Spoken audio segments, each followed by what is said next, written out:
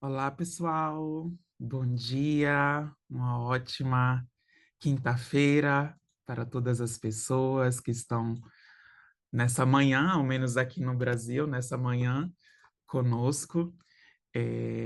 Eu me chamo Maria Clara Araújo, eu sou a coordenadora de parceria com movimentos aqui no Fundo Feminista Negra e estamos muito felizes com mais uma edição da série de políticas feministas negras. Essa série que faz parte do nosso projeto, da nossa estratégia de acompanhamento, ou seja, do apoio não financeiro dado aos movimentos feministas negros aos quais nós apoiamos, e estamos muito felizes de finalmente chegar a essa quarta edição da série de políticas feministas negras. No dia de hoje, nós vamos ter a oportunidade de escutar diretamente de movimentos feministas negros que estão propondo soluções alternativas e literalmente criando outros mundos possíveis no que tange à justiça climática.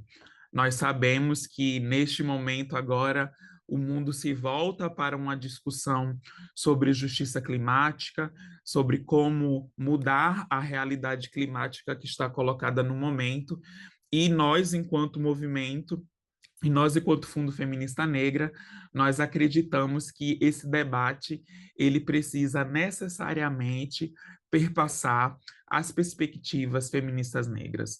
Nós acreditamos que movimentos feministas negras estão propondo soluções e criando, né, outros mundos. E é justamente no marco desse reconhecimento que nós, enquanto Fundo Feminista Negra, temos a felicidade de anunciar, nós vamos anunciar em breve, né, quais grupos serão os primeiros grupos a serem apoiados pelo que estamos chamando Fundo para Mundos Feministas Negras. Essa será uma nova forma de financiamento do Fundo Feminista Negra, e em sua primeira edição nós estaremos apoiando as alternativas, os mundos, né, criados por feministas negras, por movimentos feministas negros que estão aí propondo soluções alternativas e novas perspectivas para a justiça climática. Então, o Fundo Feminista Negra, em breve, anunciará quais grupos feministas negros que estão trabalhando com justiça climática serão apoiados pelo nosso novo financiamento, que é o Fundo para Mundos Feministas Negras. Nesse quarto episódio, justamente estaremos falando sobre justiça climática. Nós também acreditamos que esse momento é importante, que nesse momento é importante que expressemos a nossa solidariedade, né, com a região do Caribe, que foi recentemente impactada pelo furacão Melissa. Em breve nós vamos aqui no chat compartilhar alguns links de campanhas de doação, caso vocês possam apoiar, né, grupos que estão tentando mitigar os danos do furacão Melissa, mas enquanto feministas negras, nós inclusive acreditamos que é preciso não apenas apoiar a mitigação, mas também apoiar a preparação, né? Precisamos de soluções que consigam garantir a nossa segurança e a segurança dos nossos territórios antes que os desastres também aconteçam. Então, obrigada por se juntarem a nós nesse dia de hoje, e vamos começar o nosso debate. Eu, nesse momento agora, gostaria de convidar a nossa moderadora, a pessoa que vai moderar a nossa conversa, e essa pessoa é Tássia Mendonça. Tássia Mendonça é do Brasil também, é uma estudante de doutorado no programa multidisciplinar de estudos de pós-graduação em estudos de etnia e estudos africanos na Universidade Federal da Bahia, e com mais de 15 anos de experiência em organizações da filantropia e da sociedade civil, ela vem ativamente contribuindo para o empoderamento de organizações e coletivos liderados por mulheres negras. Atualmente, Tássia trabalha como uma consultora para organizações filantrópicas e a gente também tem o prazer de ter Tássia como uma das fellows do Fundo Feminista Negra. Muito obrigada, Tássia.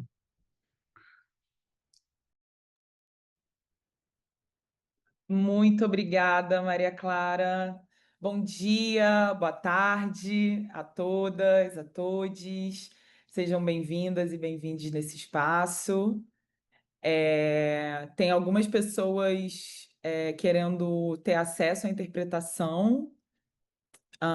Tem um botão de interpretação no final da tela, né, na base da tela para vocês, um globinho. Não sei se a gente consegue projetar de novo, Maria Clara, porque aqui no chat as pessoas estão pedindo orientação, mas eu vou seguir com a nossa introdução. Bom, meu nome é Tássia, como a Maria Clara falou, eu sou. Obrigada, Maria Clara. Eu sou brasileira, falo aqui do Rio de Janeiro. Tenho muita alegria de ser fellow do Fundo Feminista Negra nesse último ano, de ter participado desse conjunto aí de mulheres que estão engajadas na filantropia e com os movimentos de mulheres negras e feministas negras ao redor do mundo. Bem-vindos a essa série, a Black Feminist Politics Series, a série política de feminismos negros do Black Feminist Fund. Para mim é uma alegria poder estar aqui, contribuir com a condução dessa conversa, cercada de ativistas e lideranças fundamentais do feminismo negro. Agradeço ao time do BFF, do Fundo Feminista Negra, pelo convite, pela confiança.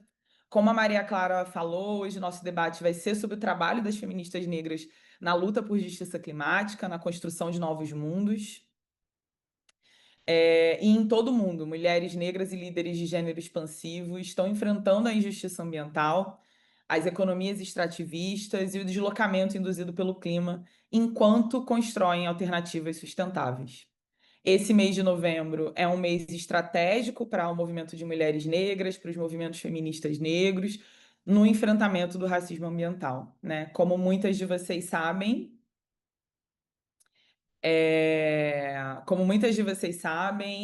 esse mês, né, o Brasil, e mais especificamente a cidade amazônica de Belém, vai sediar a Conferência das Nações Unidas sobre Mudanças Climáticas, a COP30.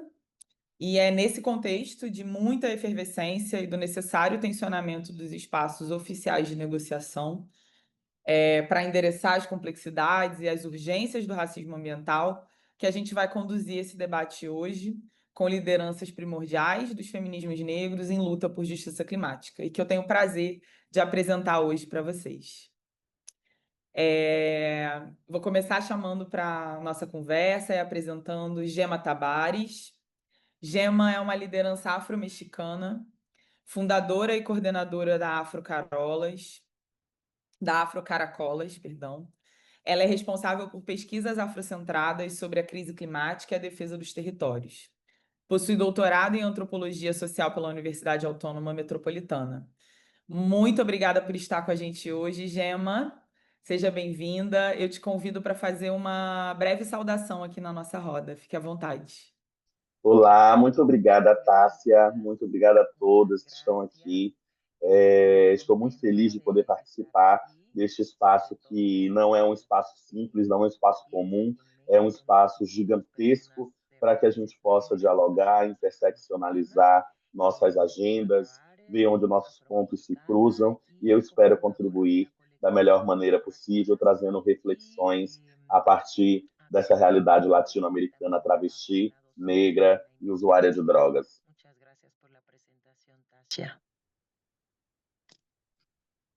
Obrigada, Gema. É um prazer ter você aqui com a gente. Em seguida, eu vou apresentar a Jessica St. Rose.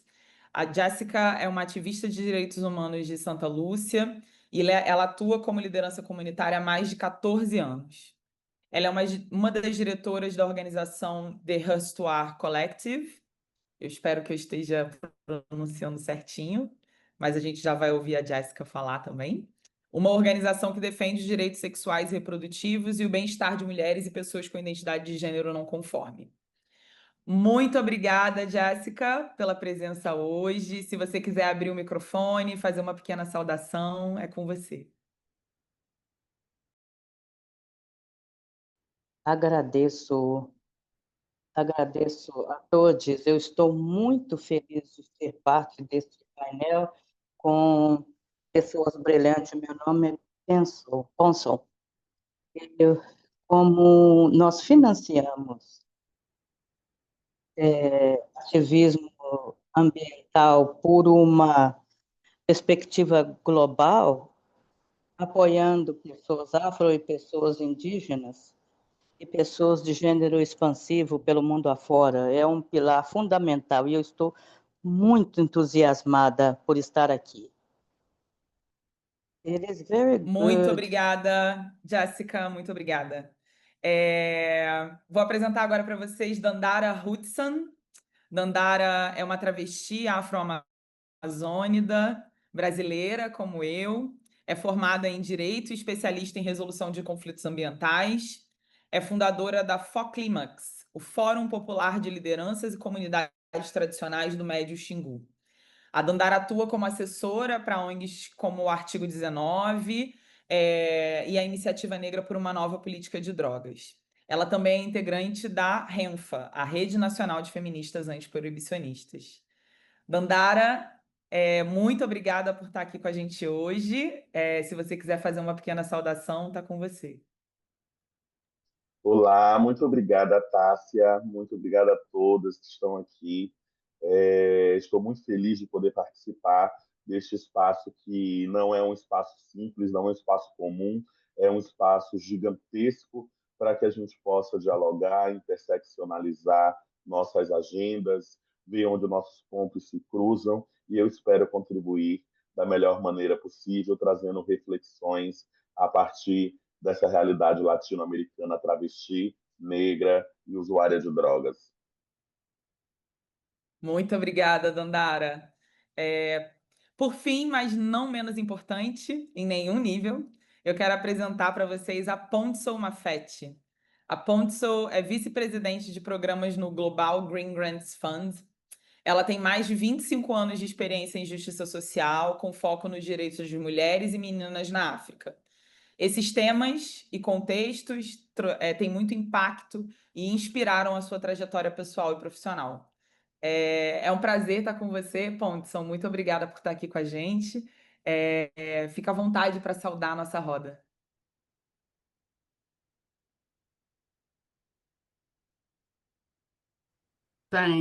E por me avisar sobre o tempo, embora eu também tenha um temporizador aqui, eu celebro esse tipo de espaço para pessoas negras, para pessoas de gênero expansivo, para falar sobre isso. Porque a crise climática para nós não é só sobre defender recursos, também é sobre enfrentar a crise climática enquanto nós enfrentamos outros tipos de violência enquanto mulheres negras, enquanto mulheres afro-mexicanas, Muito enquanto obrigada, pessoas de gênero Ponso. expansivo.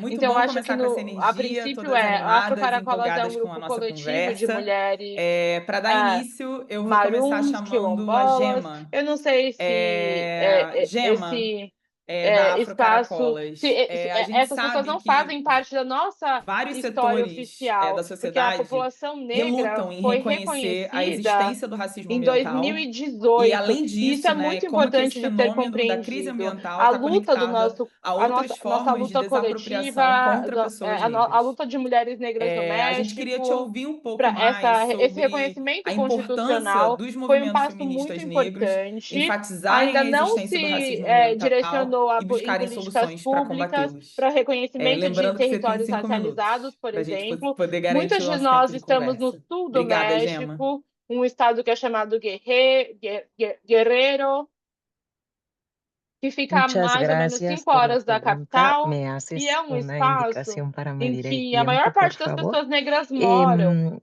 Aunque ya tengo E aquí de también acordo el cálculo, com a Yo instituição que celebro faz o este nosso tipo de censo espacios é donde onde mujeres a maior negras, parte da mujeres, população negra personas de está. género A expansivo estemos maioria dialogando sobre este tema, dos lugares onde porque encontramos la a crisis negritude. climática E esse é um para projeto nosotras político no se que reduce únicamente a confronta la defensa o de los recursos embranquecimento naturales.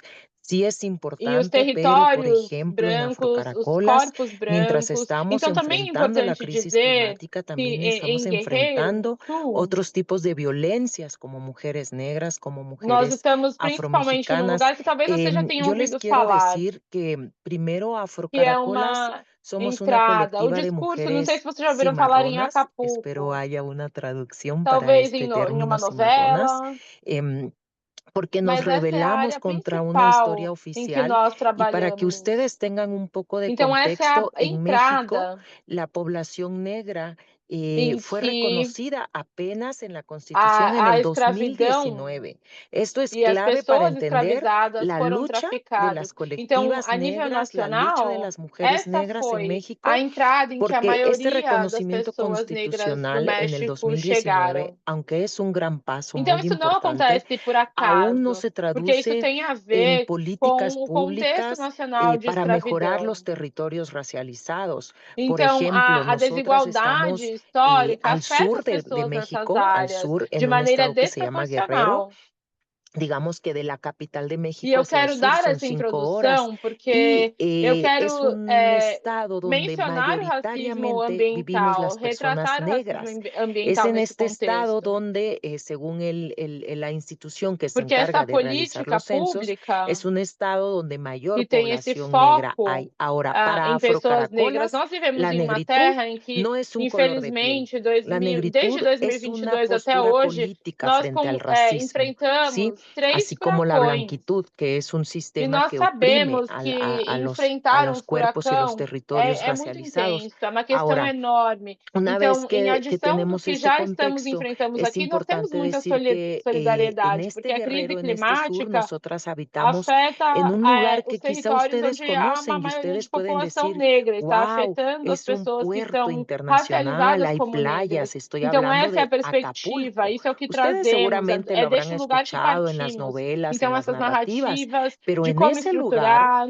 y en otros lugares essa también narrativa trabajamos, pero voy a hablar de este que racial es e más também de emblemático, construir uma porque en agenda este que proteja o puerto, território. donde durante Então, la também tem a colonia, ver con el proceso de la com a esclavitud erradicação da forzada, crise este puerto climática e, fungió às como el vezes, puerto ilegal para traficar personas esclavizadas.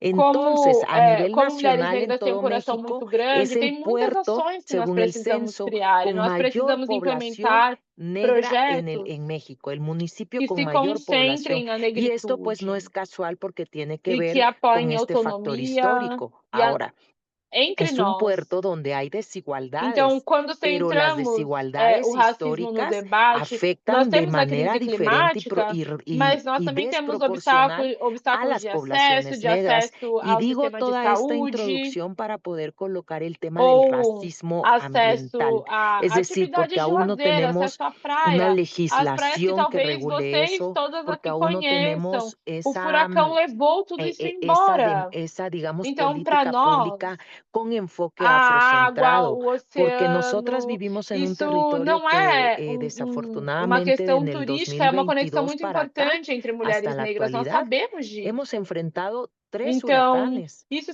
Y nosotras significa sabemos, que enfrentamos não el huracán há Otis, que fue emprego categoría de 5, maneira el máximo. apropriada. Y nosotras por eso sabemos lo que está viviendo ahora el E aí as Caribe, pessoas también nos trabalham solidarizamos tentando con estas confrontar a poblaciones, crise porque climática e o racismo la crisis ambiental climática está afectando a los territorios donde vivimos e outras mayoritariamente violências interseccionais. personas y territorios racializados. Ahora, el racismo ambiental, ¿cómo lo hemos Porque posicionado não desde tem el sido trabajo de fácil construir Afrocaracolas? essa Pues agenda, también tenemos mas que nós sempre reivindicar acreditamos estrategias que a narrativas Afrocaracolas de construir representam narrativas a nossa racistas para comunidade. poder Não é só posicionar la coletivo, agenda en la defensa ou del que nós territorio. fazemos Para nosotras as coisas defender el só com territorio esperança. es Isso también significa que quando estamos promover y muito erradicar esta incomodadas e crisis afetadas climática pelo desde acciones racismo, pequeñas, nós temos pero que a veces dialogar com o pues no Estado basta el buen mexicano, corazón de una por mujer exemplo, negra onde é para que enfrentar la está crisis a agenda climática. antirracista Necesitamos mexicana? opciones Onde estão todas as essas productivas, instituições que estão sustentables, criando necesitamos políticas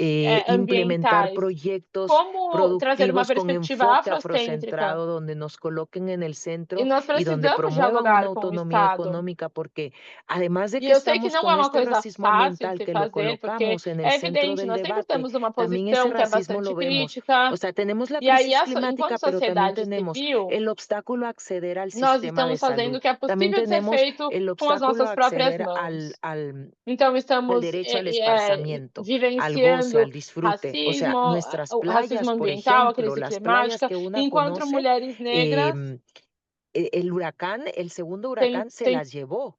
O sea, uma ya no hay playa. ¿Esto alternativa qué significa? Para nosotras importante, la uma playa o el narrativa mar, que la eu quero conexión dizer no para es algo encerrar, turístico. Hay, que é hay un vínculo que manguares, e o que ustedes isso como mujeres negras significa lo saben é, muy é bien, que lo saben reparar o mejor. Y manguares entonces, é uma árvore que eso nos significa protege no hay fuente de empleo, no hay e que economía, está no hay, afetada e que porque el afeta trabajar tudo con no la ecossistema, a hacer flora, a frente a la fauna. crisis Então, a partir climática daqui eu vou y parar, confrontar porque eu este amo racismo falar sobre ambiental isso. que viene Mas eu desde las espero que instituciones, desde las na leyes, segunda rodada eu possa es compartilhar um pouco mais, también a mas da la par vas perspectiva da viviendo Afro otras Caracolas, violencias interseccionales. También las enquanto personas coletivo de de género mulheres negras e expansivo pessoas de vamos gênero viviendo ahí expansivo, nós não problemáticas vamos porque no ha sido permitir, não fácil vamos construir parar, esta agenda, não vamos pero deixar de siempre lutar, creemos que mesmo quando nos Afrocaracolas deparamos com a criminalização. Muito representa, al obrigada, menos tá? para nuestra realización a la hora de defender el territorio, por ejemplo, algo que, un sueño que tenemos nosotras como mujeres negras, pues la restauración de los manglares. Emma, eu vou pedir Sí. para você concluir, por favor, por conta do Entonces, tempo. una alternativa importante y este sueño que les digo, y con esto voy a cerrar, es la restauración de los manglares. ¿Qué significa restaurar los manglares? Reparar los manglares. Los manglares nos protegen de los huracanes. Los manglares Sim. quedaron, pues afectaron toda la flora y la fauna y alrededor de lo que hay en las comunidades. Bueno, hasta aquí voy a parar porque me emociona mucho hablar del tema. Pero espero la siguiente ronda para terminar mi propuesta, pero decirles que desde Afrocaracolas, como colectiva de mujeres y personas disidentes de género expansivo, negras, no vamos a dejar de incidir y de luchar a pesar de la criminalización que enfrentamos directamente en los territorios. Muchas gracias, Tasha. Obrigada, Gemma, muito obrigada. Eu sei que é desafiador trazer toda a complexidade dessa luta e dessa reflexão num tempo tão curto, então eu te agradeço pelo esforço de resenha mesmo. E acho que uma coisa que a Gemma trouxe que é fundamental para a nossa conversa hoje, né, é que a crise climática ela não se reduz à defesa de recursos naturais, né? E que quando a gente centraliza essa discussão a partir das experiências de pessoas e mulheres negras e de gênero expansivo, a gente tem que lidar com o enfrentamento de uma complexidade de violências. Então, é pensando nisso que eu vou passar para a nossa próxima palestrante, a Jessica St. Rose. E, Jessica, embora, né, pensando aí nessas dinâmicas que a Gemma, nessa reflexão que a Gemma fez, né, embora os principais países coloniais sejam os maiores responsáveis pelo aquecimento global, são países como as pequenas ilhas do Caribe ou então as praias da costa do México, que são os mais afetados pelos desastres climáticos. Além disso, o Caribe também enfrenta desafios relacionados à propriedade estrangeira de terras. Ou seja, países, né, que são donos de terras dentro do território caribenho. Você pode contar mais para a gente sobre como as feministas negras no Caribe têm trabalhado para garantir responsabilização e reparação por esses danos e novas formas de colonialismo? Lembrando que você tem 5 minutos. Eu vou te ajudar com o tempo e a gente vai conseguir aí guiar nossa conversa. Obrigada, Jéssica. Está com você. Muito obrigada, Tássia. Essa é uma questão muito importante. Tem uma conexão profunda com a história colonial e com a crise climática que todas enfrentamos e sobre como as desigualdades continuam a afetar a nossa realidade. Como talvez vocês saibam, o Caribe colabora com menos de 1% com as emissões de gases do efeito estufa. Então, como vocês sabem, como estamos na temporada de furacões, vocês viram o que aconteceu na Jamaica com o furacão Melissa. Nós estamos passando por um período de longas secas, com infraestruturas e desapropriação acontecendo, infraestruturas sendo destruídas. Então, para todas as pessoas que estão no Caribe, eu vou falar a partir do meu ponto de vista, a mudança climática não é só uma questão abstrata, é uma questão vivenciada, nós vivenciamos isso todos os dias, e tem a ver com centenas de anos, séculos de exploração. Então, quando falamos de responsabilização, reparação, as feministas negras como eu, vocês, todas as pessoas aqui no Caribe, nós estamos lutando por diferentes campos. Nós entendemos que o colonialismo nunca terminou e que continua a acontecer nas nossas realidades no dia a dia. O formato provavelmente mudou, mas a realidade em que estamos inseridas, não.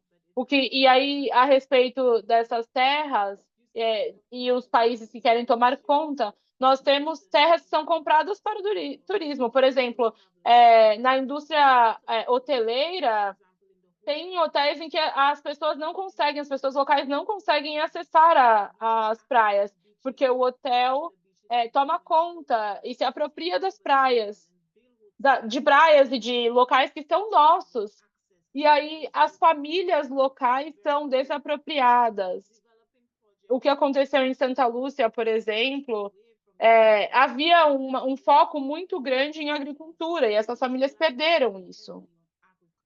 Então, ao invés de promover autonomia, elas são desapropriadas. E aí essas famílias precisam aprender a reconstruir repetidas vezes, todas as vezes que são afetadas pela crise climática. Mas para nós, feministas ao longo de toda a região, nós insistimos pela responsabilização. E isso inclui a reparação climática, não só compensações pós-desastres. Essa não deveria ser a premissa. Deveria ser um tema recorrente, porque há séculos de exploração que fizeram de nós vulneráveis a esse tipo de questão. Então, falamos sobre as tecnologias, um sistema que ofereça fundos, que não ofereça empréstimos. Nós recebemos empréstimos, mas não recebemos fundos. Mas é de fundos que nós precisamos, financiamento que nós precisamos. E aí tem uma questão de reconhecimento das injustiças. Quando pensamos sobre o Caribe e responsabilização, nós temos reparações, comissões de reparação que pede por reparação histórica pela escravidão e pela reparação pelos danos climáticos. Os grupos feministas estão criando um novo retrato a partir de lentes feministas. Então, nós precisamos pensar em lentes interseccionais também e garantir que as mulheres, já que são lentes interseccionais, quando pensamos em mulheres, nós pensamos nas comunidades de base, nas organizações de base, e essas populações vulneráveis, elas precisam ser incluídas nessas conversas, porque senão as reparações vão continuar construindo as mesmas hierarquias. Então, acho que nós precisamos muito incluir essas vozes nessas conversas, para que nós consigamos cuidar dessa responsabilização e responsabilizarmos umas às outras. O que são formas poderosas de resistência. Nós temos uma abordagem de base, o que significa que nós começamos da base, vamos da base para cima. se nós olharmos para a crise climática de maneira tradicional, nós temos que nos conectar com ela, com isso também, porque nós estamos vivendo a crise todos os dias das nossas vidas. Então, o que nós fazemos é, nós respondemos a essa conexão humana e criamos esse impacto humano. O nosso foco tem a ver com bem-estar, justiça e saúde reprodutiva, questões que são muito importantes para nós ao longo desse trabalho. Quando saímos da base de traumas, autonomia corporal, que são essenciais para a nossa comunidade, que tem a ver com crises sociais e climáticas, e tem muito a ver com manter as nossas comunidades conectadas e cuidadas. Então, muito do trabalho que nós fazemos aqui tem a ver com esse impacto humano da crise climática. A justiça climática funciona porque nós estamos endereçando como isso afeta as mulheres, pessoas que são sobreviventes de violência. E nós vemos que quando essas crises acontecem nas regiões, como a violência doméstica tende a aumentar, porque na maior parte do tempo as mulheres, provavelmente de lugares mais vulneráveis, não necessariamente têm espaços seguros para onde ir em tempos de crise. E nós vemos como a violência doméstica pode aumentar por conta desses desastres, dessas crises, e nas comunidades que não têm os recursos valiosos e importantes para se cuidarem. Sim. Jéssica, vou pedir para você concluir, por favor, por conta do nosso tempo, tá bem? Sim, obrigada. Então, eu vou resumir e dizer que o nosso trabalho tem a ver com reparar, tem a ver com resiliência, com a justiça, a crise climática, e nós temos essa tendência de sermos muito resilientes, que são fundamentais para a responsabilização, resiliência, reivindicação e reparação. Se nós pudermos expandir e escalar as nossas comunidades e transformar isso em políticas e nas coordenações gerais para que a gente construa esses modelos e esses movimentos para a adaptação climática esteja enraizada no cuidado.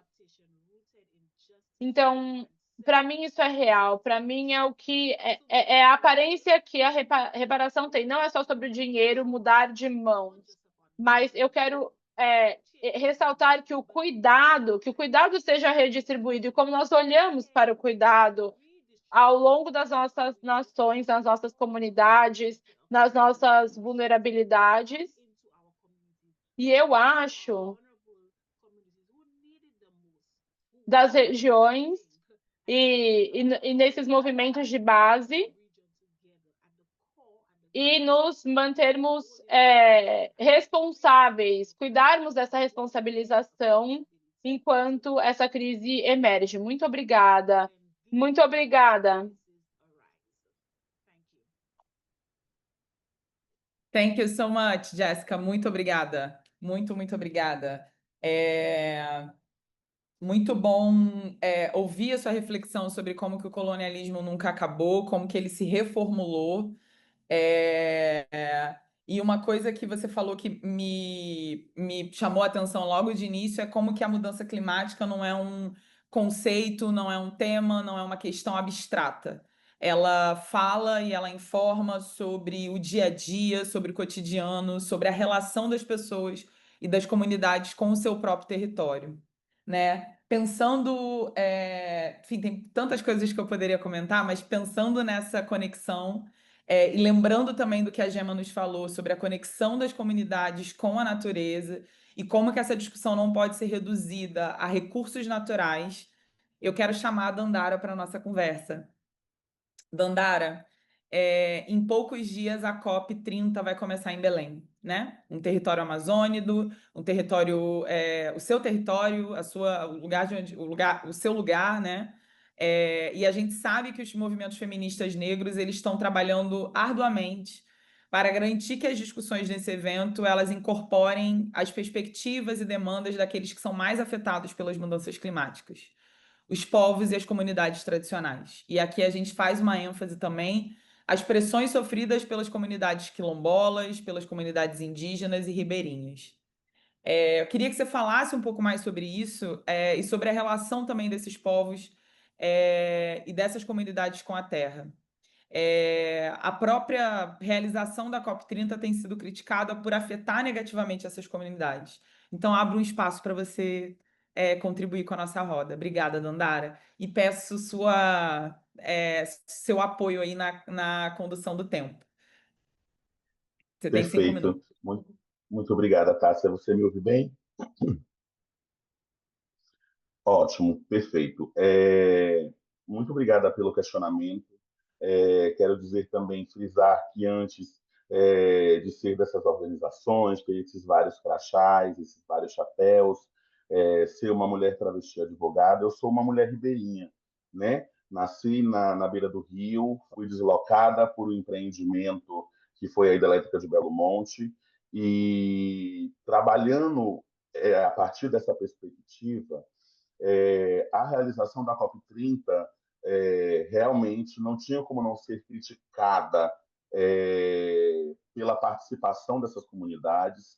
É fundamental que aconteça na região amazônica, que aconteça em Belém do Pará, mas, desde o início, os primeiros grandes agravantes foi que nós não tivemos possibilidade de participação efetiva da sociedade civil afetada, das comunidades, diretamente nos espaços da COP, seja pelas burocracias, seja pela dinâmica da COP, que nós percebemos que é extremamente burocrática e fechada para as comunidades que importam, e acontecendo ela no Brasil e na região amazônica, e sendo uma mulher de comunidade tradicional, sendo uma mulher ribeirinha, não faz sentido para a gente que as nossas demandas não estejam diretamente facilitadas ali dentro, sabe? E essa é uma das grandes críticas que nós fazemos. Nós não tivemos possibilidades de participar com fluidez desse processo, tanto é que houveram, a gente está vendo até agora, dificuldades de conseguir credenciais, vários tipos de espaço, blue zone, green zone, vários tipos de zone, mas nenhuma zona que permita que as comunidades tradicionais coloquem suas agendas. E aí, o que nós fizemos e estamos fazendo para poder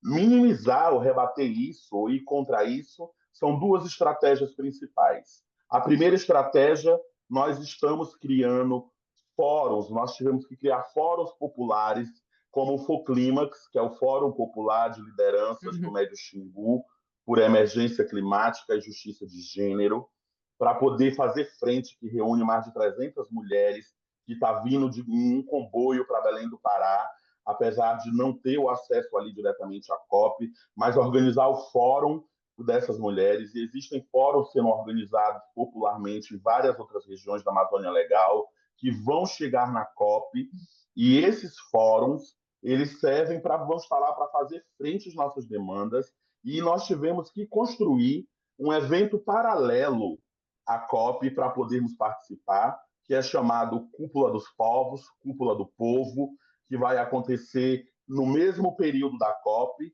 só que vai acontecer em outro espaço, reunindo esses fóruns para que haja nossas demandas.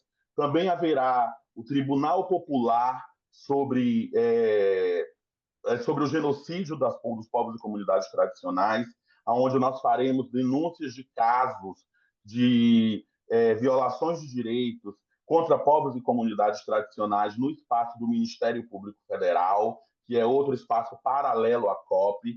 E nossa principal estratégia, essa quantidade de pessoas que nos reunimos, nós estamos com várias agendas de protestos organizadas para nós protestarmos lá na porta da COP, para nós protestarmos lá na frente, para que eles ouçam, para que eles vejam o nosso grito das pessoas que ficaram de fora.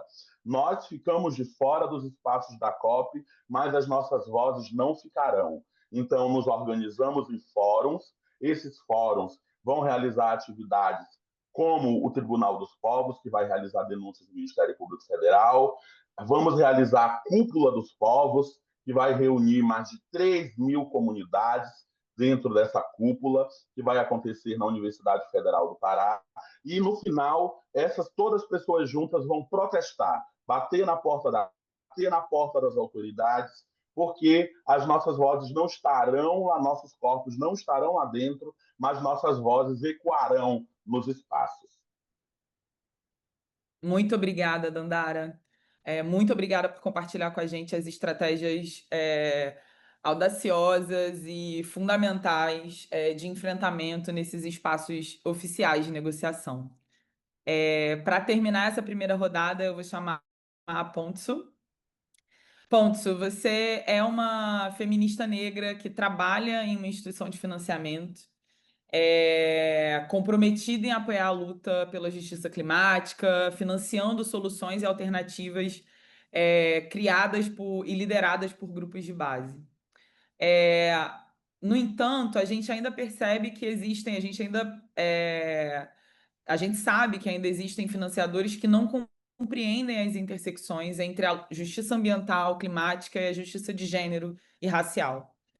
Como que você acha que a gente pode construir essa compreensão, que vê a justiça ambiental como algo, desconstruir essa compreensão, que vê a justiça ambiental como algo separado de outras lutas de justiça, por justiça social, né? Como que a gente desconstrói essa visão? Com você, Pontes. Muito obrigada, Tássia. Você me ouve bem? Ótimo, perfeito. Muito obrigada pelo questionamento.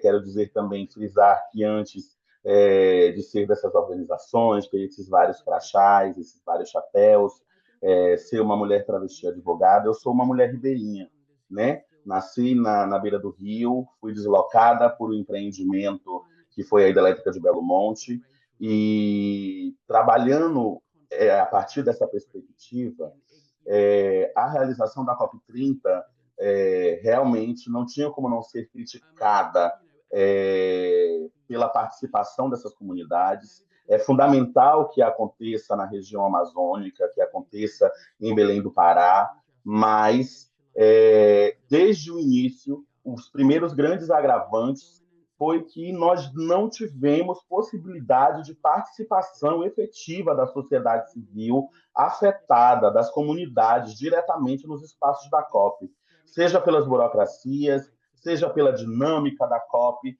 que nós percebemos que é extremamente burocrática e fechada para as comunidades que importam, e acontecendo ela no Brasil e na região amazônica, e sendo uma mulher de comunidade tradicional, sendo uma mulher ribeirinha, não faz sentido para a gente que as nossas demandas não estejam diretamente facilitadas ali dentro, sabe? E essa é uma das grandes críticas que nós fazemos. Nós não tivemos possibilidades de participar com fluidez desse processo, tanto é que houveram, a gente está vendo até agora, dificuldades de conseguir credenciais, vários tipos de espaço, Blue Zone, Green Zone, vários tipos de zone, mas nenhuma zona que permita que as comunidades tradicionais coloquem suas agendas. E aí, o que nós fizemos e estamos fazendo para poder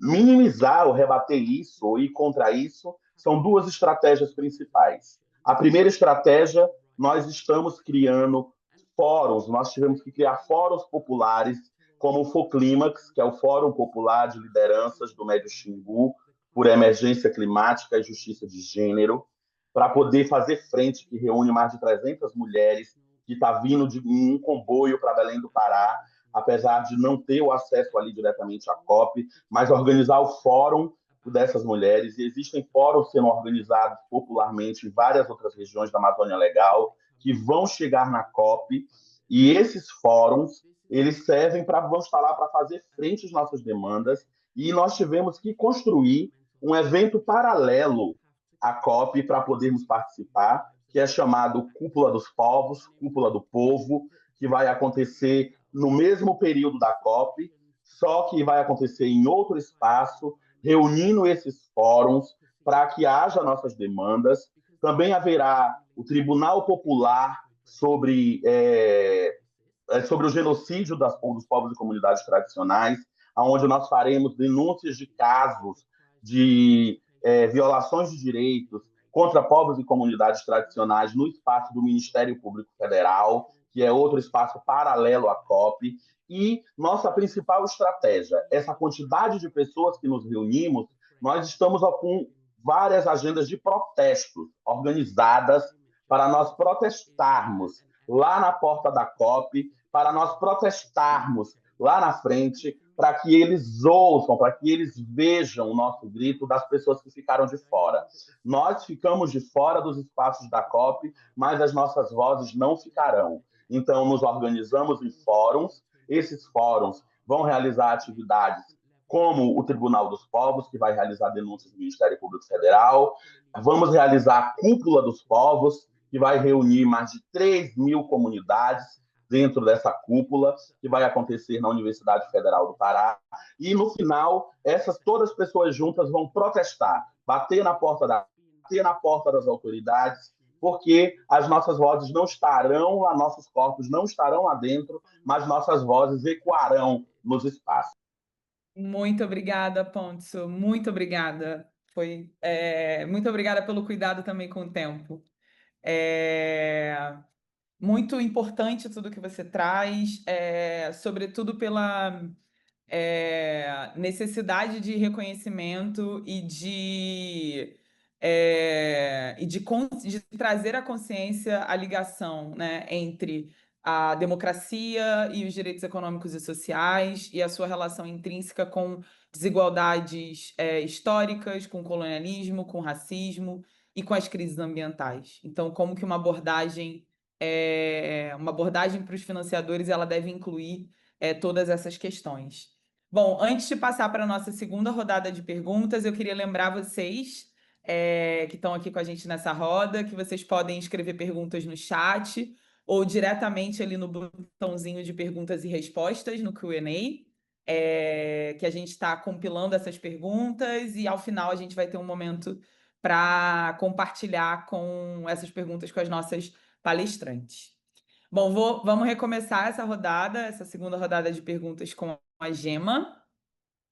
Gema, eu queria voltar a falar com você especificamente sobre o contexto do México e sobre como a população afro-mexicana tem enfrentado os desafios relacionados ao reconhecimento da sua existência e das suas condições de vida. Você, na sua primeira fala, você falou, né, mencionou como que a população afro-mexicana só foi reconhecida oficialmente em 2019, e a gente sabe que a Afrocaracolas vem realizando um trabalho que destaca como os afro-mexicanos são os mais afetados pelos desastres climáticos que atingiram o país nos últimos anos, e você também falou um pouco sobre isso, utilizando, né, a experiência em Acapulco. Você poderia compartilhar com a gente um pouco mais, né, das suas reflexões sobre como a crise climática afeta a saúde mental das comunidades afro-mexicanas e explicar como que o trabalho da Afrocaracolas propõe soluções nesse contexto? E aí, vou te pedir atenção com o tempo. Você tem 5 minutos, Gema.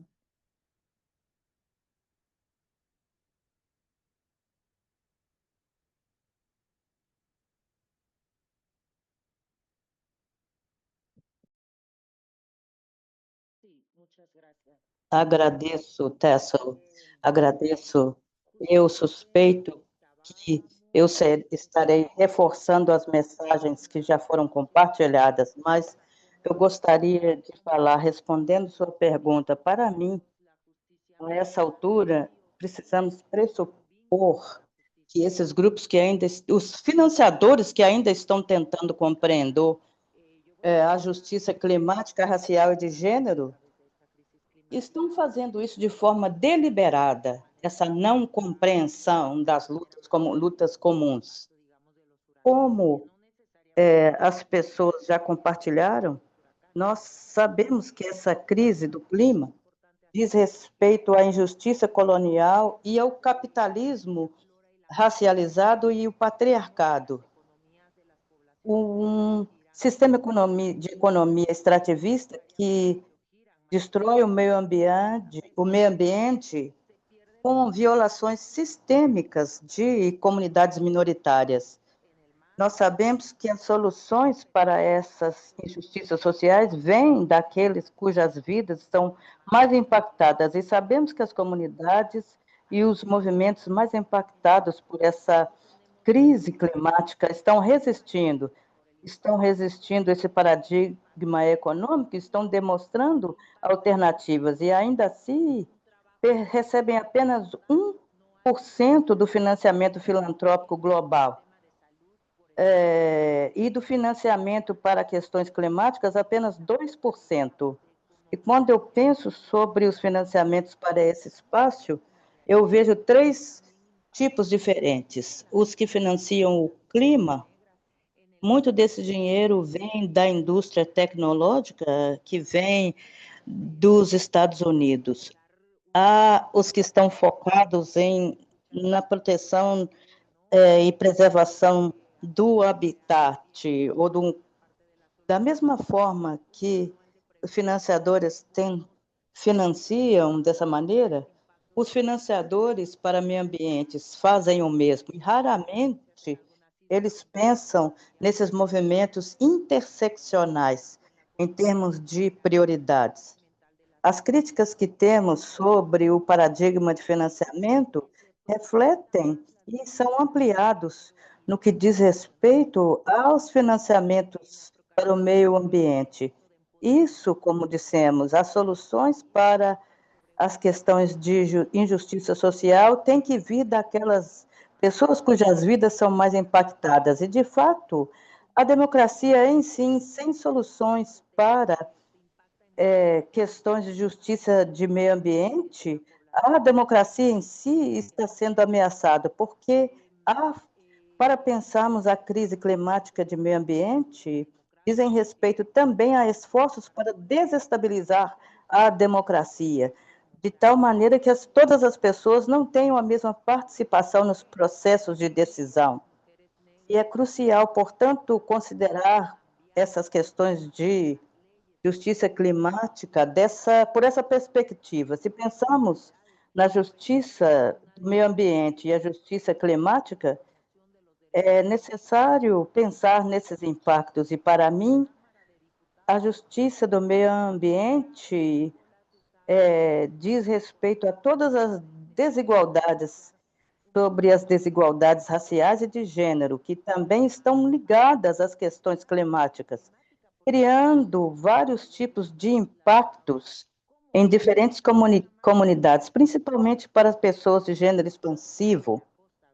Para que a justiça possa ser realmente feita, é necessário que tenhamos alguma participação nas soluções criativas para que possamos abordar essas desigualdades, para compreendermos essa interconexão entre a justiça climática do meio ambiente e a democracia, porque a justiça, esses movimentos estão na vanguarda de lutar pela democracia e pela justiça climática, principalmente as que estão sendo assediadas nesse processo.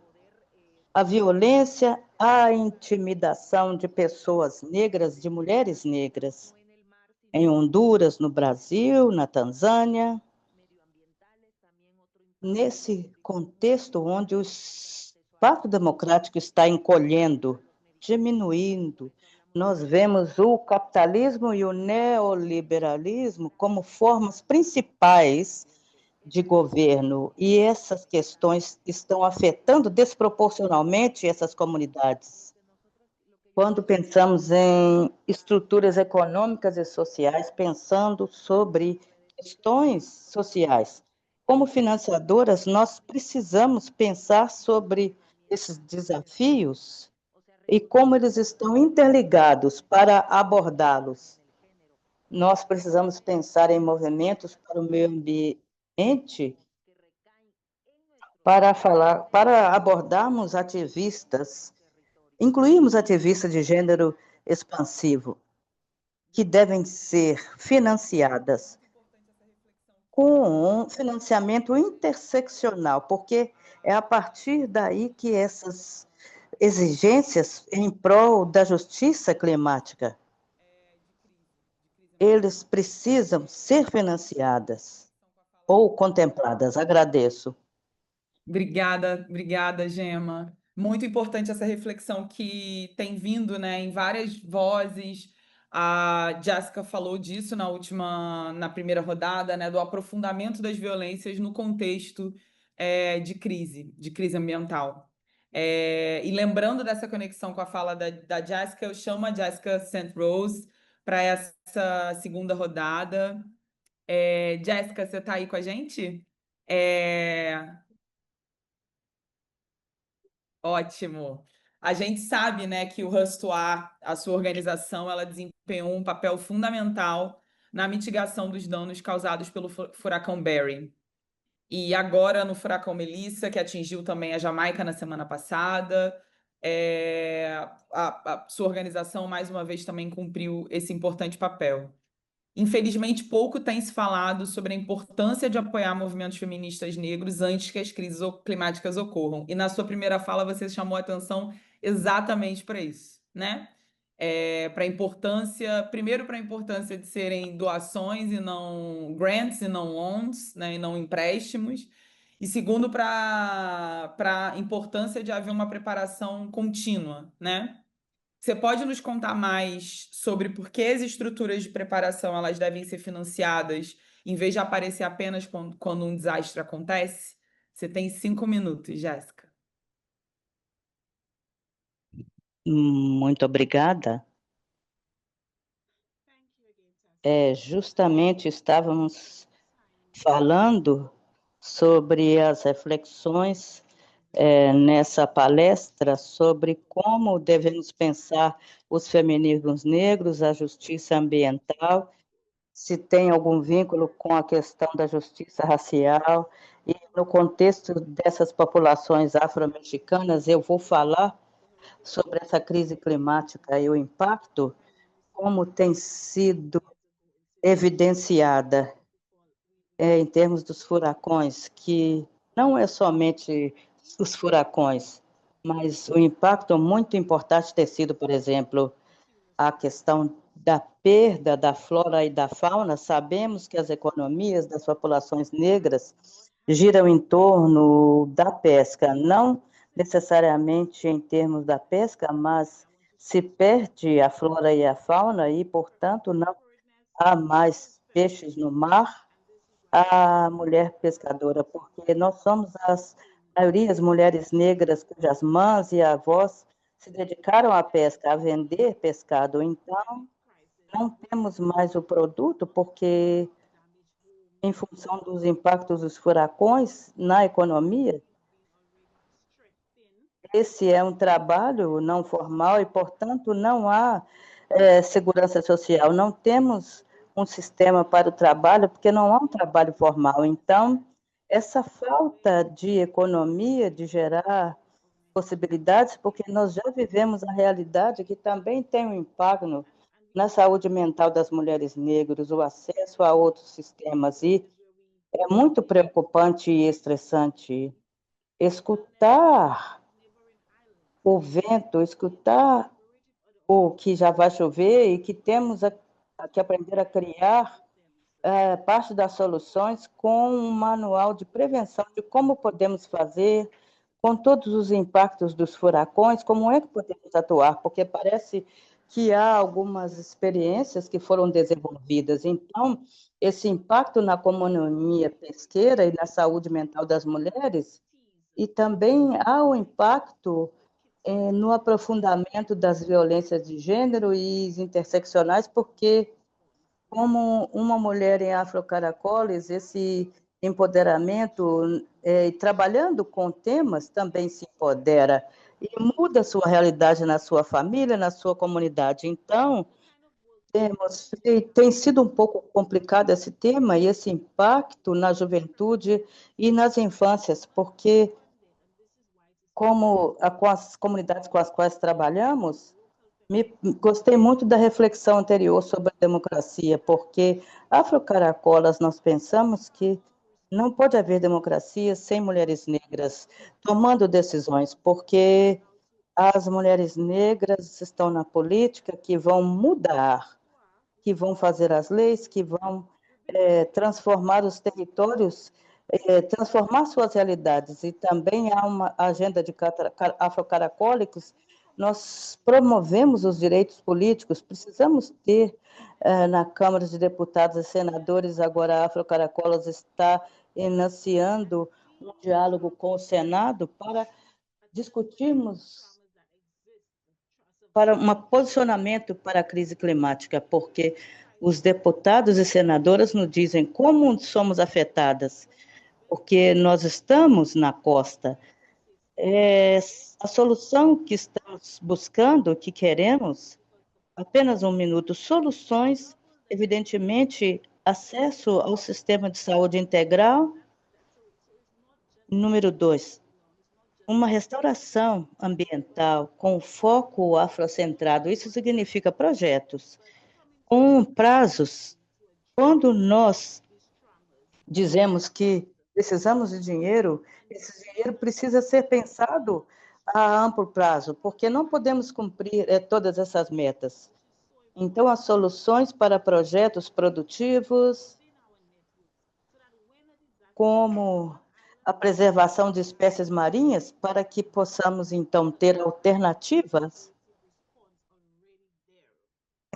no mar e em outros processos mais alternativos do meio ambiente. Nós não temos acesso à água potável, a medicamentos e a saúde integral. Outras soluções, precisamos pensar em práticas saudáveis para nessas comunidades afro-mexicanas. Essa é a solução, e eu creio que nossa agenda e nosso trabalho precisamos buscar em Afrocaracolas. Temos uma visão de uma ferramenta interseccional, reconhecendo as violências, não só de gênero, mas as violências, dizemos que nos nossos corpos negros, mas também em nossos territórios. Agradeço, Tássia.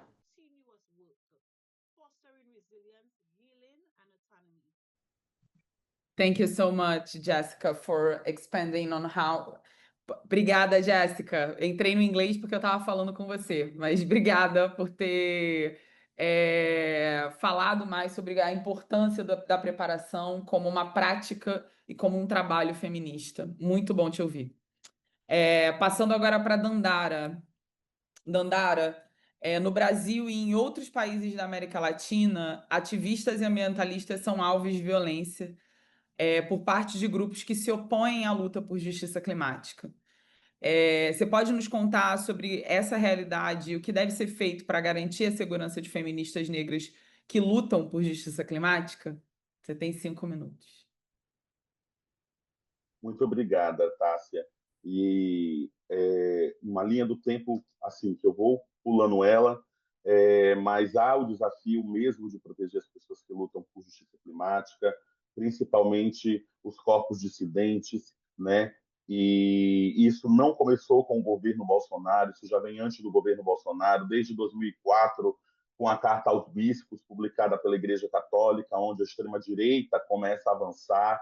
Depois passamos por um golpe aí da presidente Dilma, e depois entramos no governo Bolsonaro, que houve um desfazimento das estruturas legais que protegiam minimamente o meio ambiente, né? E todas as crises, todos os danos que o governo Bolsonaro causou, aliado a outras forças, principalmente a extrema-direita, que também é uma das forças que tentam eliminar quem trabalha pela justiça climática no Brasil, nós vamos demorar pelo menos 2 décadas para conseguir recuperar os danos causados pela desestruturação legal que houve, a desproteção legal que houve em relação ao meio ambiente. E isso reflete diretamente no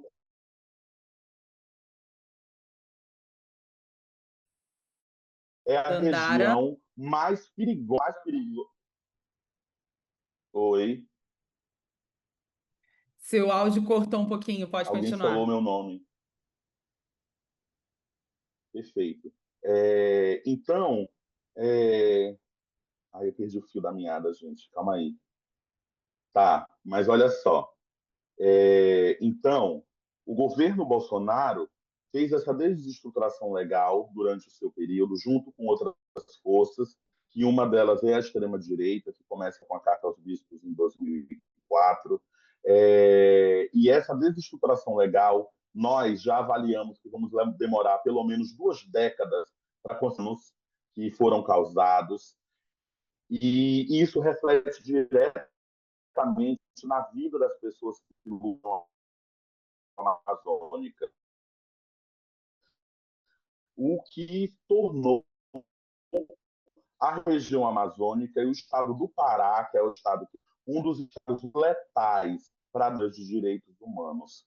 E o que deve ser feito, em minha percepção, primeiro, o Estado precisa se responsabilizar de verdade pela vida das defensoras e defensores dos direitos humanos, dos direitos ambientais, e isso através de programas de proteção que funcionem, porque o programa nacional é programa incompleto, difícil de acessar e que ainda não funciona. O programa estadual no estado do Pará não funciona, inclusive houve um caso recente, há 3 meses atrás, onde os dados das defensoras que estavam no programa de segurança estadual no estado do Pará foram vazados, e nós descobrimos que a polícia militar estava infiltrada dentro do programa de proteção, que a polícia militar é uma das que mais nos assassina, e isso fez com que a gente ficasse num estado de segurança gigante. E isso só pôde ocorrer por conta das falhas legais que existem na estruturação desses programas de segurança.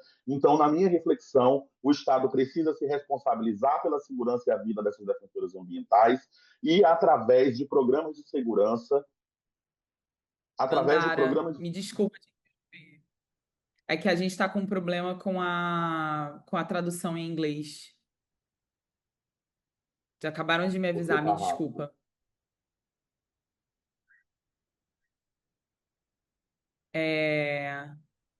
Obrigada, Dandara. Deixa eu só... Tássia, eu acho que a Thaís voltou, tá bom? Voltou. Obrigada, Maria. Voltou, Dandara. Obrigada. Pode continuar. Desculpa te interromper, só para garantir que as pessoas estão te ouvindo. Você tem 1 minuto para concluir, por favor.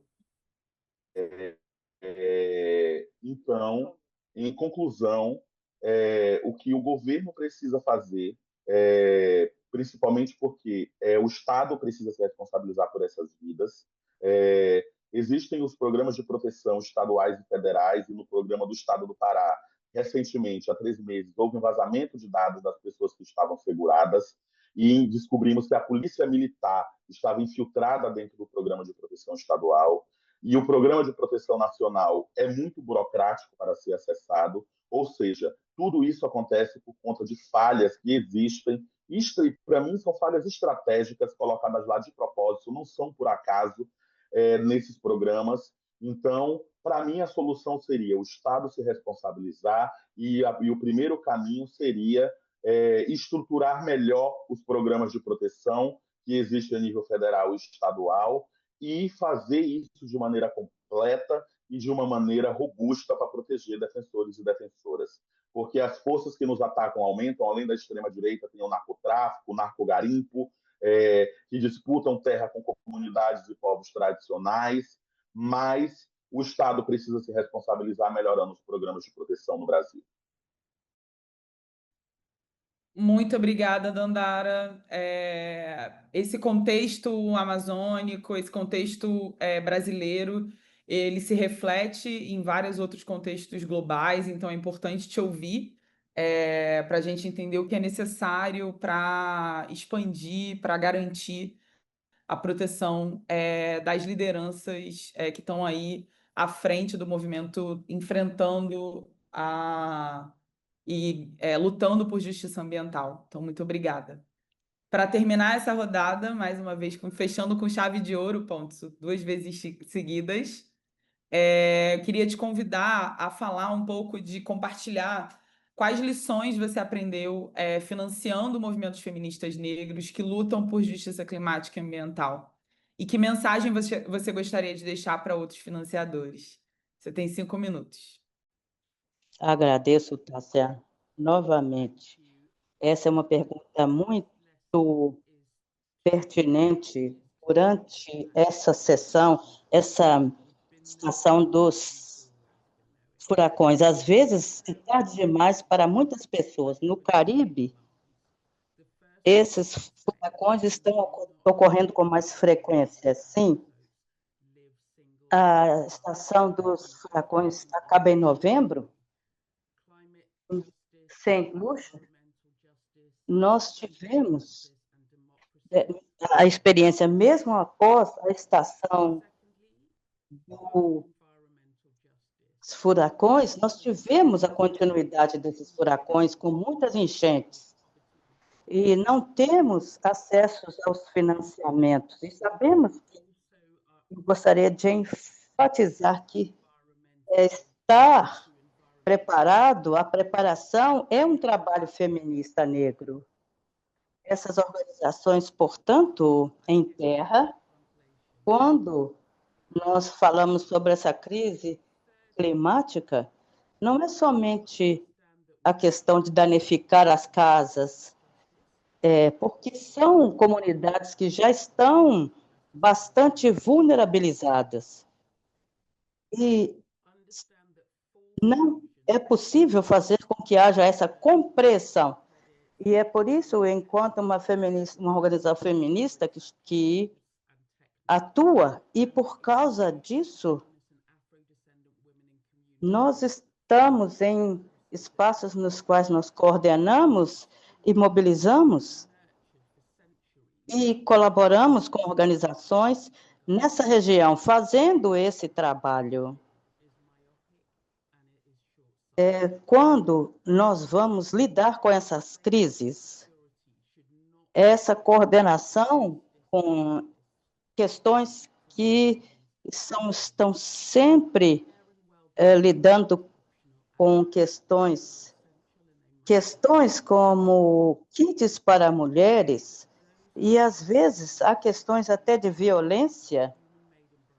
E quando pensamos sobre a sobrevivência, também temos que ter a recuperação, apoio emocional. Esse tipo de trabalho não pode ocorrer somente após o desastre. A preparação também deve ser financiada. E quando nós investimos nos nossos movimentos feministas locais, nós podemos, nessa comunidade, responder ao trauma. Como devemos responder a essas questões? A partir desse cuidado coletivo. Nós temos trabalhado com a questão da sensibilidade para cuidar de traumas para assistentes, para mulheres, para que possamos ter parcerias. E esses centros de tratamento de trauma devem criar as questões na área de crise. Muito obrigada, Pontso. As mulheres negras sabem. E esse painel é só mais uma demonstração de quantos saberes e quanto conhecimento e quanta ação a gente encontra nos movimentos feministas negras.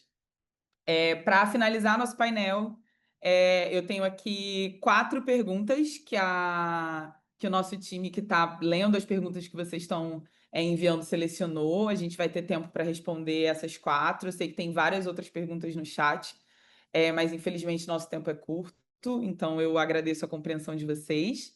Eu organizei as perguntas, tem 2 que estão mais relacionadas a financiamento, 2 mais relacionadas aos movimentos. Vou ler essas perguntas, compartilhar com vocês, e aí cada panelista vai ter 2 minutinhos para comentar essas perguntas de maneira geral. Eu sei que é um esforço, mas eu conto com o apoio de vocês para a gente garantir tempo de fala para todas, para todas. E aí vamos seguir a mesma ordem, começando com a Gema, tá bem? Bom, as duas primeiras perguntas que a gente recebeu foram, né, organizações feministas negras de diferentes países africanos enfrentam muitos desafios relacionados à falta de financiamento para o enfrentamento da justiça, para a luta por justiça climática. Enquanto as nossas comunidades estão sofrendo os efeitos diretos das mudanças climáticas para a qual eles não contribuíram, algo que a gente conversou bastante hoje, né? Quais organizações estão financiando, né, essas iniciativas de justiça climática? Então, uma pergunta mais direcionada para esse universo filantrópico, né? Quem está financiando?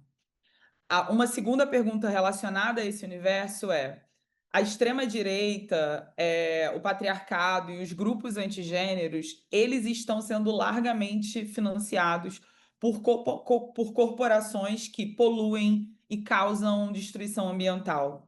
Que ações a gente pode tomar como um movimento feminista global para combater esses esforços? Então, se de um lado tem pouco financiamento, tem ausência de financiamento para grupos enfrentando a mudança climática e aqueles mais afetados. Por outro lado, a gente tem um grande financiamento dos poluidores, das grandes empresas, para grupos de extrema-direita e que estão lutando contra direitos de gênero.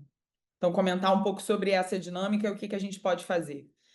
E as duas últimas perguntas são, na opinião de vocês, quais são os passos, qual é o primeiro passo concreto para integrar a perspectiva das mulheres negras nas políticas climáticas? E aí eu acho que essa é uma pergunta muito estratégica, pensando nesse mês, que é um mês de COP30, de Marcha de Mulheres Negras no Brasil.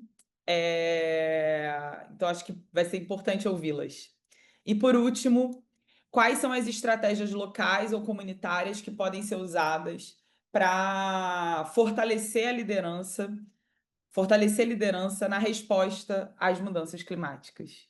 Estão falando também mais sobre o que a gente pode fazer em termos locais e comunitários. Eu vou dar 2 minutos para cada uma de vocês, começando com a Gema. Gema?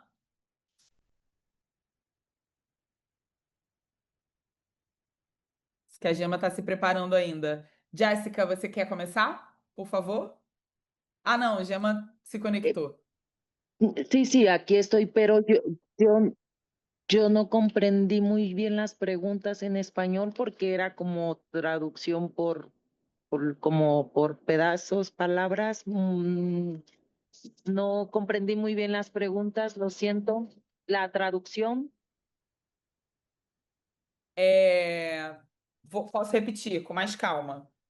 As duas últimas perguntas. Na sua opinião, Gema, qual é o primeiro passo concreto que pode ser tomado para integrar a perspectiva das mulheres negras nas políticas climáticas?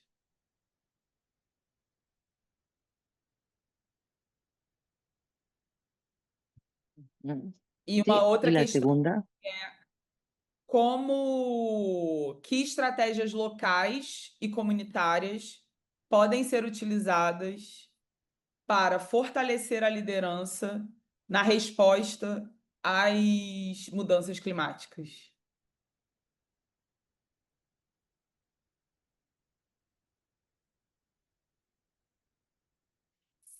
Eu não sei se a Jéssica talvez tenha entendido melhor as perguntas e queira comentar, e aí depois eu passo para você. Pode ser? Adelante. Sí. Quando nós investimos nesse feminismo local, tantas devem ser em termos das pessoas que recebem esse apoio psicológico, para que possamos, então, dobrar esses cuidados, essa cura. Não é somente lidando com as questões dos prejuízos materiais, mas nos reunirmos para que possamos abordar esses traumas que existem. E nós construímos e fortalecemos a solidariedade regional nessas ilhas, essa narrativa de cuidados coletivos. Então, quando esse desastre ocorre em uma ilha, as outras regiões estão preparadas para apoiar colaborativamente. Então, quando nós falamos por preparação, não é somente na estrutura. E eu vou continuar dizendo que essa preparação é um trabalho feminista, porque nós não precisamos somente dos recursos, precisamos de recursos antes para a preparação, durante e depois, para cuidar das questões dos traumas e dessas experiências. A mudança climática é real.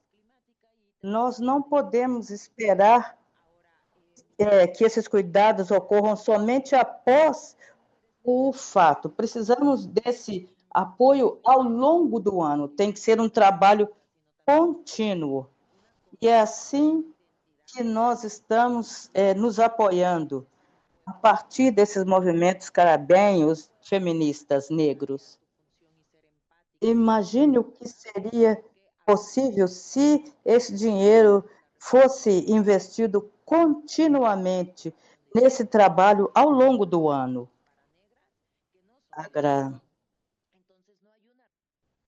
Obrigada, Gema. Jássica.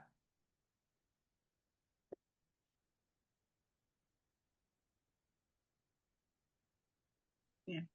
Can you repeat the question? Because I was just writing down some points. Muito obrigada, Tássia. E uma linha do tempo, assim, que eu vou pulando ela, mas há o desafio mesmo de proteger as pessoas que lutam por justiça climática, principalmente os corpos dissidentes, né? E isso não começou com o governo Bolsonaro, isso já vem antes do governo Bolsonaro, desde 2004, com a Carta aos Bispos, publicada pela Igreja Católica, onde a extrema-direita começa a avançar. Depois passamos por um golpe aí da presidente Dilma e depois entramos no governo Bolsonaro, que houve um desfazimento das estruturas legais que protegiam minimamente o meio ambiente, né? E todas as crises, todos os danos que o governo Bolsonaro causou, aliado a outras forças, principalmente a extrema-direita, que também é uma das forças que tentam eliminar quem trabalha pela justiça climática no Brasil, nós vamos demorar pelo menos 2 décadas para conseguir recuperar os danos causados pela desestruturação legal que houve, a desproteção legal que houve em relação ao meio ambiente. E isso reflete diretamente no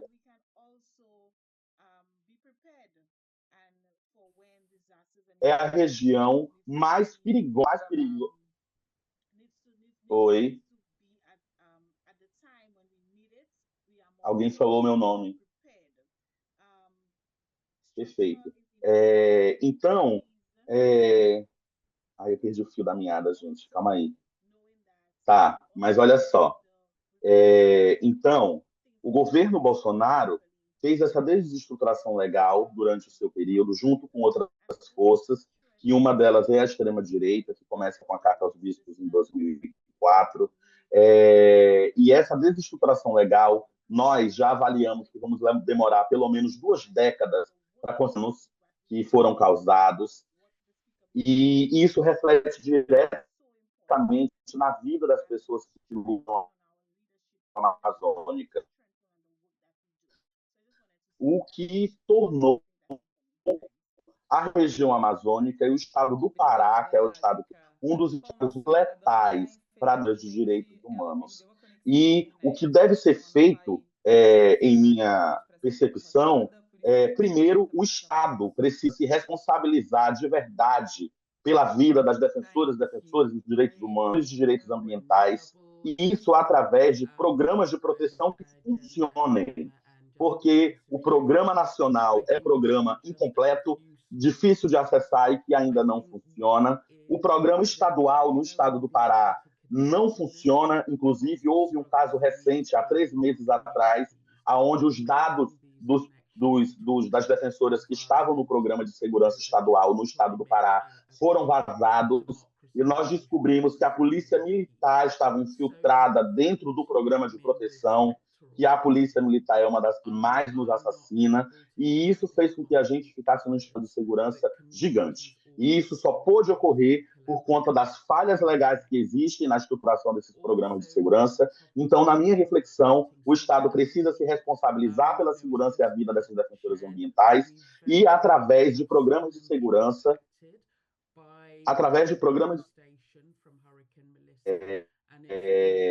então, em conclusão, o que o governo precisa fazer, principalmente porque o Estado precisa se responsabilizar por essas vidas.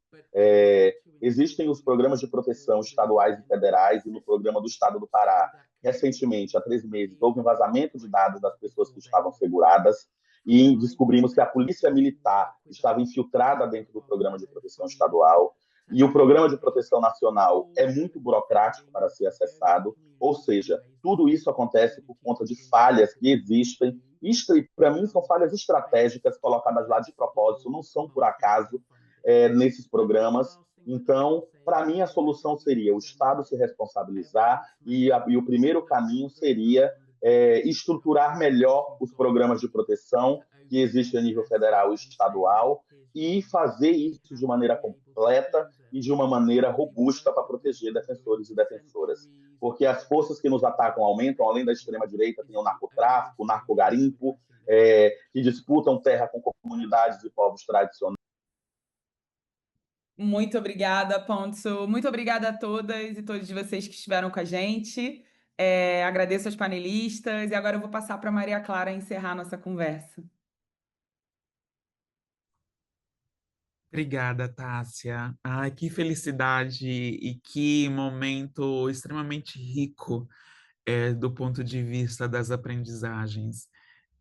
Me sinto muito privilegiada, na verdade, de poder ter passado esse tempo com vocês e ouvir vocês falando sobre como é necessário, né, incorporar essa perspectiva feminista negra quando a gente discute sobre justiça climática, como é importante a gente construir estruturas de preparação e que essas estruturas elas sejam financiadas, também sobre a importância de garantir que ativistas, né, que defensoras do meio ambiente, que são feministas negras, possam realizar seus ativismos ou seus trabalhos com segurança, sem se tornar alvo de violência, tanto do ponto de vista institucional, quanto do ponto de vista da segurança pública dos territórios aos quais trabalham. Então, muito obrigada por esse debate. Enquanto coordenadora de parceria com movimentos do Fundo Feminista Negra, mais uma vez fico muito feliz, orgulhosa e me sentindo muito privilegiada de poder escutar e aprender dos movimentos os quais nós apoiamos. Então, eu gostaria aqui de finalizar agradecendo Tássia, nossa fellow do Fundo Feminista Negra, por ter conduzido essa conversa. Eu gostaria de agradecer cada palestrante por ter aceitado o nosso convite. Então, Jássica, de Restuá, de São Lúcia, Dandara Hudson, da Renfa, aqui do Brasil, Gema, de Afrocaracolas, no México, e Ponto, que faz parte também da nossa rede de feministas negras da filantropia. Eu também gostaria de agradecer Naima e Alex, que nos ajudaram aqui com toda a logística para que esse webinar funcionasse, todo o time do Fundo Feminista Negra que está trabalhando no behind the scenes para conseguir que as coisas funcionem, todas as pessoas intérpretes, porque sem interpretação a gente não consegue realizar essa conversa, né, transnacional. E é isso, muito obrigada a todos vocês que estiveram nessa manhã, tarde ou noite conosco. Eu peço que vocês respondam o survey que vai ser enviado logo depois que a chamada terminar, e eu compartilho aqui que a série de políticas feministas negras volta no ano que vem. Tchau, tchau, um bom dia, uma boa tarde, uma boa noite. Tchau.